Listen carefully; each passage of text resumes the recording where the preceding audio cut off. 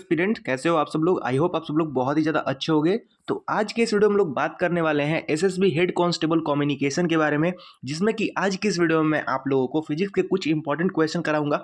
और जो क्वेश्चन मैंने आप लोगों को पिछले वीडियो में कराया था उसमें से एक क्वेश्चन में मैं आप लोगों से माफ़ी मांगना चाहता हूँ कि मैंने उसको जल्दी जल्दी में गलत करा दिया था। उसको मैं आज आप लोगों के सामने सही करा दूंगा और उसके बाद आगे के क्वेश्चन कुछ हम लोग करेंगे डिस्कस इस वीडियो में। तो वीडियो काफ़ी इंटरेस्टिंग होने वाला है, तो आप लोग इस वीडियो को पूरा एंड तक जरूर देखिएगा।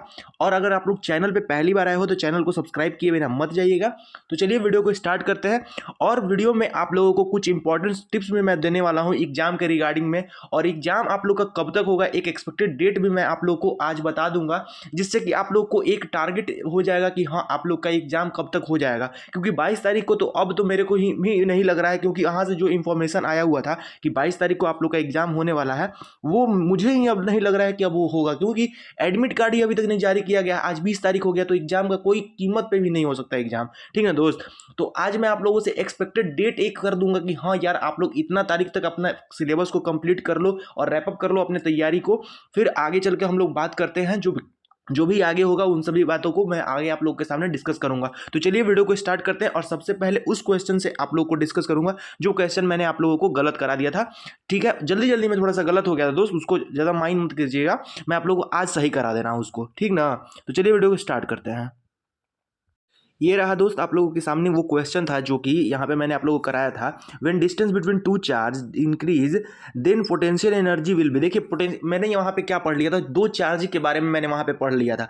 अगर मैं कॉन्सेप्ट का बात करूँ तो मैंने कॉन्सेप्ट आप लोग को सही सिखाया था। यहाँ पे मैंने कराने की जगह पे मैंने गलती करा दिया था। क्या? क्योंकि मैंने यहाँ पे रिलेशन उस समय जो मैं क्वेश्चन आपको कराया था उसमें मैंने क्यू से रिलेशन आपको बता दिया था, लेकिन यहाँ पे चार्ज से रिलेशन नहीं पूछ रहा, वो डिस्टेंस बिटवीन से रिलेशन पूछ रहा, मतलब उनके दोनों के बीच की दूरी को। तो दोनों के बीच की दूरी का रिलेशन कैसा है? 1/r है, यानी कि इनवर्सली प्रोपोर्शन है। ठीक ना दोस्त, पोटेंशियल एनर्जी से वो कैसा है? इनवर्सली प्रोपोर्शनल है उन दोनों के बीच की दूरी, दोनों चार्जेस की। तो अगर पोटेंशियल एनर्जी को इंक्रीज करता हूं तो आप लोग का डिस्टेंस क्या हो जाएगा? डिक्रीज हो जाएगा दोस्त। इतना पता आप लोग को समझ में आ रहा है? अगर मैं जो पोटेंशियल एनर्जी है उसको डिक्रीज कर रहा हूं तो आप लोग को दोनों के बीच की दूरी क्या हो जाएगी? इंक्रीज हो जाएगी। तो यहां पे क्या किया जा रहा है? देखिए दोस्त, यहां पे आप लोग को साफ साफ दिख रहा है कि इंक्रीज किया जा रहा है। तो आप लोग को पता है कि इनवर्सली प्रोपोर्शनल का इसके रिलेशन है, तो इसमें क्या हो जाएगा? आप लोग का डिक्रीज हो जाएगा। ये आप लोग का क्वेश्चन बिल्कुल राइट हो जाएगा। ठीक है दोस्त, अगले क्वेश्चन पे देखते हैं हम लोग। अगला क्वेश्चन की बात करते हैं जहां से मैंने आप लोगों को करा दिया था उसके बाद तक। देखिए दोस्त, अब जो कैंडिडेट बोलते हैं कि हिंदी इंग्लिश दोनों में लेके आओ, दोस्त मैं आप लोग को हिंदी में समझा तो दे रहा हूं ना, आप लोग समझने की कोशिश करो। मैं आप लोग को हिंदी, अगर आप लोग थोड़ा सा एफर्ट लगाओगे अपने से तो आप लोग को बहुत अच्छे से समझ में आएगा। अब देखिए, सरफेस टेंशन का मतलब क्या होता है? पृष्ठ तनाव। मैं आप लोग को यह भी बता दे रहा हूं कि सरफेस टेंशन का मतलब क्या होता है? पृष्ठ तनाव। Experience due to. पृष्ठ तनाव कब महसूस किया जाता है? पृष्ठ तनाव कब उत्पन्न होता है? क्वेश्चन के दो लैंग्वेज है। पृष्ठ तनाव कब उत्पन्न होते हैं, पृष्ठ तनाव को कैसे समझा जा सकता है?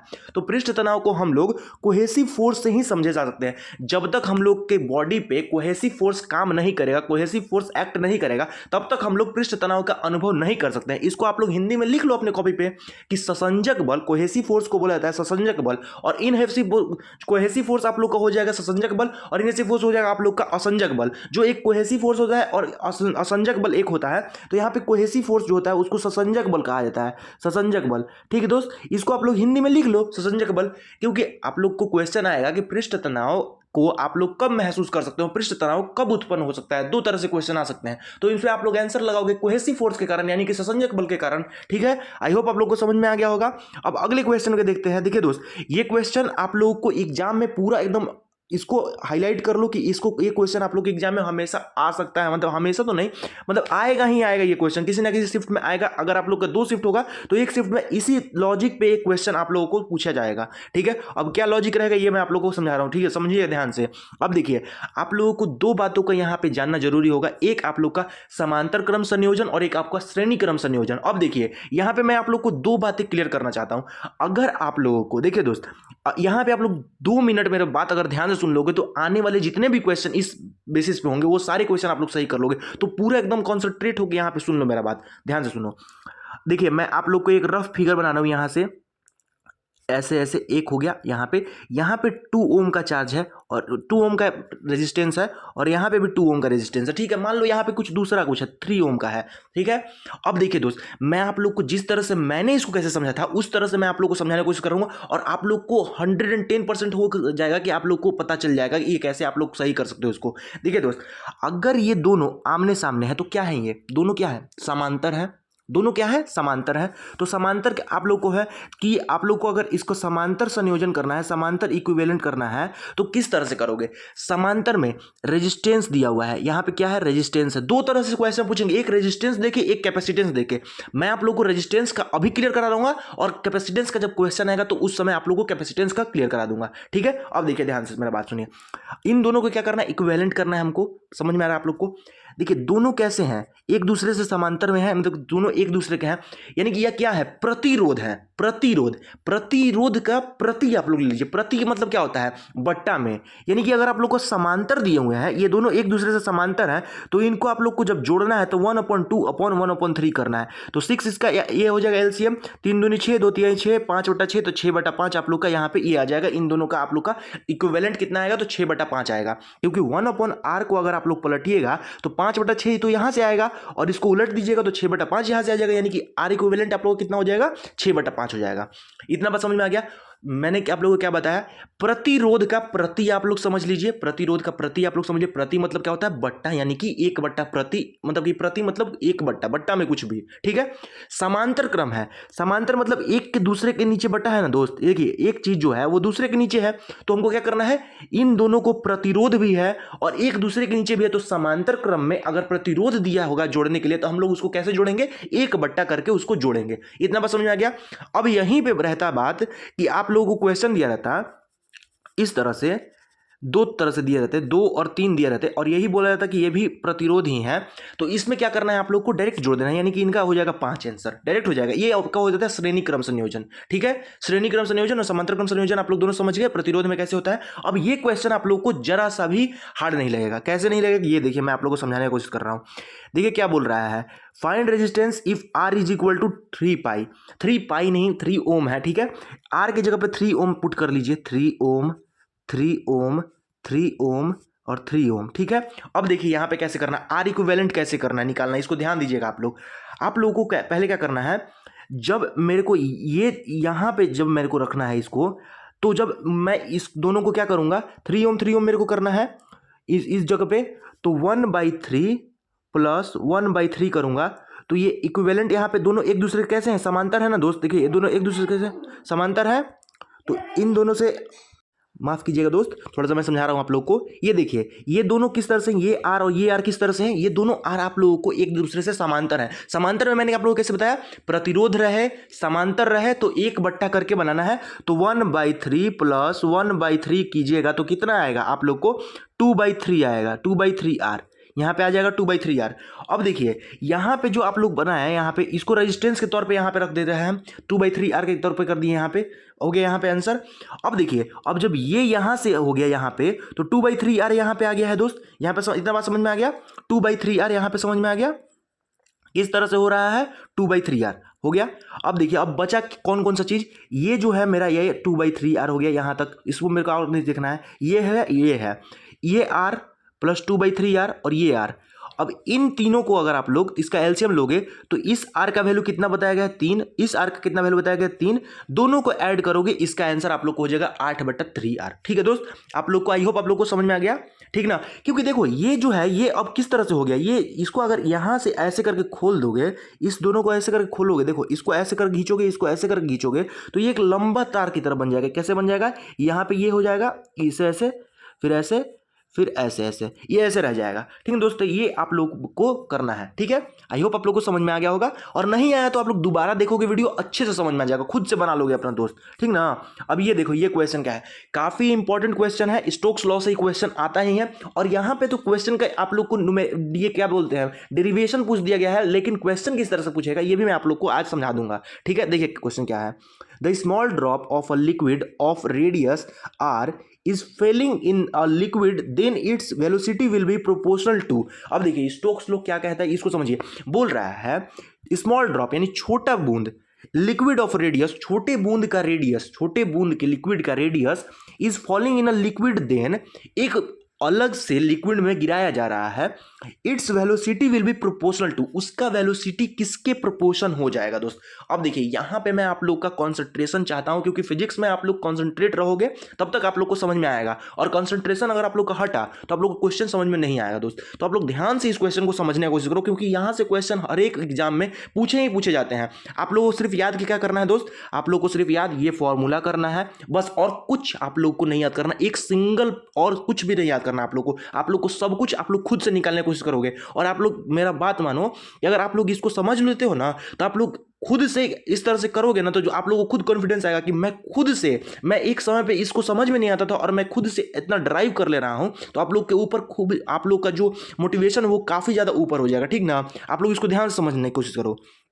क्या बोल रहा है question, F is equal to 6 pi eta R V, ये होता है आप लोग का, ये जो होता है उसका फॉर्मूला आप लोग को होता है F is equal to 6 pi eta N R V. मतलब इसको एन से भी मैं कभी बोल देता हूँ, कभी ईटा, इसको जो भी आप लोग को जैसे भी याद होता है उसको तरह से आप लोग याद कर लो, ठीक ना। हमको वहां पे ये नहीं डिराइव करना है, यहाँ पे बस मैं आप लोग को समझाने की कोशिश कर रहा हूँ, ठीक ना। अब देखिए 6 कांस्टेंट, पाई कांस्टेंट, ईटा जो आप लोग का इसका कांस्टेंट के तौर पे ही काम करता है, आर और वी आप लोग का है, आर और वी आप लोग का है। अब देखिए कभी कभी क्या होता है, इससे भी रिलेशन पूछ देता है, जो आप लोग कांस्टेंट है उससे भी रिलेशन पूछ देता है। अब रिलेशन यहाँ पे दो तरह से निकलेगा। देखिए रिलेशन क्या क्या पूछ रहा है, फाइंड इट्स वेलोसिटी, वेलोसिटी का रिलेशन पूछ रहा है। वेलोसिटी कहाँ पे दिख रहा है आप लोग को, वेलोसिटी आप लोग को दिख रहा होगा, मैं आप लोग को वेलोसिटी बता दे रहा हूँ, वेलोसिटी आप लोग को दिख रहा होगा, ये वेलोसिटी आप लोग के सामने है वी। वी का किस किस तरह से रिलेशन है, एफ से तो पहले तो वी का डायरेक्टली प्रोपोर्शन का रिलेशन है, तो पहला जो चीज था वो मैंने प्रूव कर दिया, पहला किस तरह से होगा ये आप लोग प्रूव कर दिया। अब देखिए दूसरा चीज क्या है, ये अब अगर एक जगह पे अगर गुना में दिए हुए हैं, आप लोगों ने गुना में, आप लोगों ने रेशियो एंड प्रोपोर्शन चैप्टर पढ़ा होगा, जिसमें क्या होता है कि अगर दोनों चीज गुना में होते हैं तो एक दूसरे से वो किस तरह से होते हैं, इन्वर्सली प्रोपोर्शनल होते हैं। इन्वर्सली प्रोपोर्शनल का मतलब R into V, R into V है। अगर आर इंटू वी करेंगे तभी हम लोग को आर, यहाँ पे आर इंटू वी करेंगे तो आर इन्वर्सली प्रोपोर्शनल है यहाँ पे 1/v के। अगर आर इक्वल्स टू के, उधर देखिए यहाँ पे समझने की कोशिश कीजिए मेरा बात, आर इन्वर्सली प्रोपोर्शनल है 1/v के। अगर मैं इन्वर्सली प्रोपोर्शनल के साइन को हटा के इक्वल टू का साइन बनाऊं, तो मैं अगर आप लोगों से बोलूंगा कि जो आर और वी का क्रॉस प्रोडक्ट क्या होगा, तो आर वी, यहाँ पे आप लोग का फॉर्मूला समझ में आ गया कि आर वी से किस तरह से इन्वर्सली प्रोपोर्शनल है। अगर आप लोगों को इस तरह ये समझ में आ गया, तो आप लोग आगे के जितने भी क्वेश्चन है इस तरह से वो आप लोग बना लोगे, क्योंकि ये क्वेश्चन ही इस तरह से पूछा जाता है कि आर वी से किस तरह से रिलेशन है, तो इन्वर्सली प्रोपोर्शनल है। ठीक है, समझ में आ गया आप लोग को। तो यहाँ पे राइट आंसर आप लोग का हो जाएगा 1/r, वी से किस तरह से रिलेशन है 1/r, 1 में ईटा। ठीक है, यहाँ पे 1 में ईटा। ठीक है, आगे समझ में आ गया आप लोग को। अगला क्वेश्चन देखते हैं आप लोगों से। ये देखिए, ये भी क्वेश्चन काफी ज्यादा इंपॉर्टेंट क्वेश्चन है, इसको भी आप लोग समझ के चलिएगा, ठीक ना। देखिए क्या है, energy of photon in form of wavelength will be, wavelength के फॉर्म में एनर्जी बताइए, फोटोन की ऊर्जा बताइए वेवलेंथ के फॉर्म में, वेवलेंथ के फॉर्म में एनर्जी बताइए आप लोग, वो मैं आप लोग को समझाने की कोशिश कर रहा हूं। इसको देखिए कैसे समझेगा, E is equal to H V, H V हो गया, E is equal to H V. H आप लोग का यहाँ पे क्या है, प्लैंक कांस्टेंट है, वी वेलोसिटी है। ठीक है, अब देखिए वी वेलोसिटी है, वी वेलोसिटी नहीं, यहाँ पे आप लोगों को v is equal to N lambda, तो n is equal to V upon lambda, ये होता है यहाँ पे फॉर्मूला। v यहाँ पे वेलोसिटी है, ये जो v है ये v नहीं है दोस्त, ये h यहाँ पे क्या है, यहाँ पे आवृत्ति, यहाँ पे फ्रीक्वेंसी के बारे में बताया जा रहा है। v फ्रीक्वेंसी है, यहाँ पे h न्यू जो है ये फ्रीक्वेंसी है, इसको याद कीजिएगा दोस्त, मैं आप लोग बता रहा हूँ, ये h न्यू जो है ये फ्रीक्वेंसी है, v जो यहाँ पे लिखा हुआ है ये फ्रीक्वेंसी है। अब देखिए फ्रीक्वेंसी और वेलोसिटी और वेवलेंथ का एक रिलेशन मैंने आप लोग को बहुत पहले क्लास में मैंने आप लोगों को करा रखा है, v is equal to N lambda. ठीक है, ये v आप लोग का वेलोसिटी है, ये n आप लोग का क्या है, ये n आप लोग का है आवृत्ति, जो यहाँ पे दिया हुआ है एच वी। तो v यहाँ पे नहीं रख के, देखिए कितना लोग एच वी लिखता है, एच वी भी लिख देता है, लेकिन आप लोग समझ में आइएगा कि h जो है यहाँ पे प्लांक कांस्टेंट है और v जो है यहाँ पे आप लोग का फ्रीक्वेंसी है। तो v ना लिख के इसको आप लोग इसको बदल लीजिएगा, म्यू से कर लीजिएगा, जो भी आप लोग करते हैं। फ्रीक्वेंसी का f भी लिख सकते हो, जो आप लोग को समझ में आना चाहिए। ठीक है, यहां से आप लोग को ये नहीं पूछा जाएगा कि ये क्या है, ये क्या है। ठीक है, आप लोग ध्यान दीजिएगा। अब देखिए, अगर मेरे को आवृत्ति के जगह पे बदलना है, यानी कि आवृत्ति के जगह पे क्या करेंगे, v अपॉन लेमडा कर देंगे, तो एच जो है वो आप लोग का क्या है, प्लांक कांस्टेंट के प्लांक कांस्टेंट रहेगा, एच का एच रहेगा। और अगर यहाँ पे फ्रीक्वेंसी है, फ्रीक्वेंसी की जगह पे एच वी अपॉन में लेमडा, तो वी के जगह पे यहाँ पे सी किया गया है। अब सी क्या है सर, तो सी जो है वो वेलोसिटी ऑफ लाइट है, यानी कि प्रकाश की चाल है। यहाँ पे चाल के बारे में पूछा जा रहा है, ठीक है। तो प्रकाश की चाल को यहाँ पे रख दिया गया है। 3 × 10⁸ होता है, आप लोग को समझ में आ गया होगा। आई होप आप लोग को ये बात समझ में आ गई होगी। इसको आप लोग डायरेक्ट याद भी कर सकते हो, E is equal to H nu is equal to H C upon lambda, ठीक है। इसको आप लोग याद रख लेना, ठीक है। अगला क्वेश्चन देखते हैं, अगला क्वेश्चन क्या है। अगला क्वेश्चन आप लोग को याद करने वाला है, इसको जितना जल्दी आप लोग याद कर लोगे उतना ही आप लोग को फायदा होगा। इस क्वेश्चन इससे आप लोग को बीएसएफ आरओआरएम में भी सवाल पूछे गए हैं, कोस्ट गार्ड में भी सवाल पूछे गए हैं इसी कॉन्सेप्ट से। देखिए क्या है कॉन्सेप्ट, मैग्नेट बनाने में प्रयुक्त धातु कौन कौन सी होती है। मैग्नेट बनाने में कौन कौन सी धातु का प्रयोग किया जाता है। एल्यूमिनियम का प्रयोग किया जाता है, निकल का प्रयोग किया जाता है, कोबाल्ट का प्रयोग किया जाता है। ये परमानेंट मैग्नेट के लिए प्रयोग किया जाता है, ठीक है दोस्त। इतना बात आप लोग समझ में आ गया। अब देखिए यहाँ पे आप लोग का 20 नंबर क्वेश्चन आप लोग को खत्म हो गया। अब आगे जितने भी क्वेश्चन हैं वो आप लोग को मैं अगले वीडियो में कराऊंगा, ठीक ना। तब तक के लिए आप लोग इसको क्वेश्चन को जितनी बार हो सके मल्टीपल टाइम रिवीजन करते रहिए, और जितना आप लोग रिवीजन करोगे उतने आप लोग को फायदा होगा। तो मिलते हैं आप लोगों से बहुत ही जल्द अगले वीडियो में। तब तक के लिए जय हिंद, जय भारत।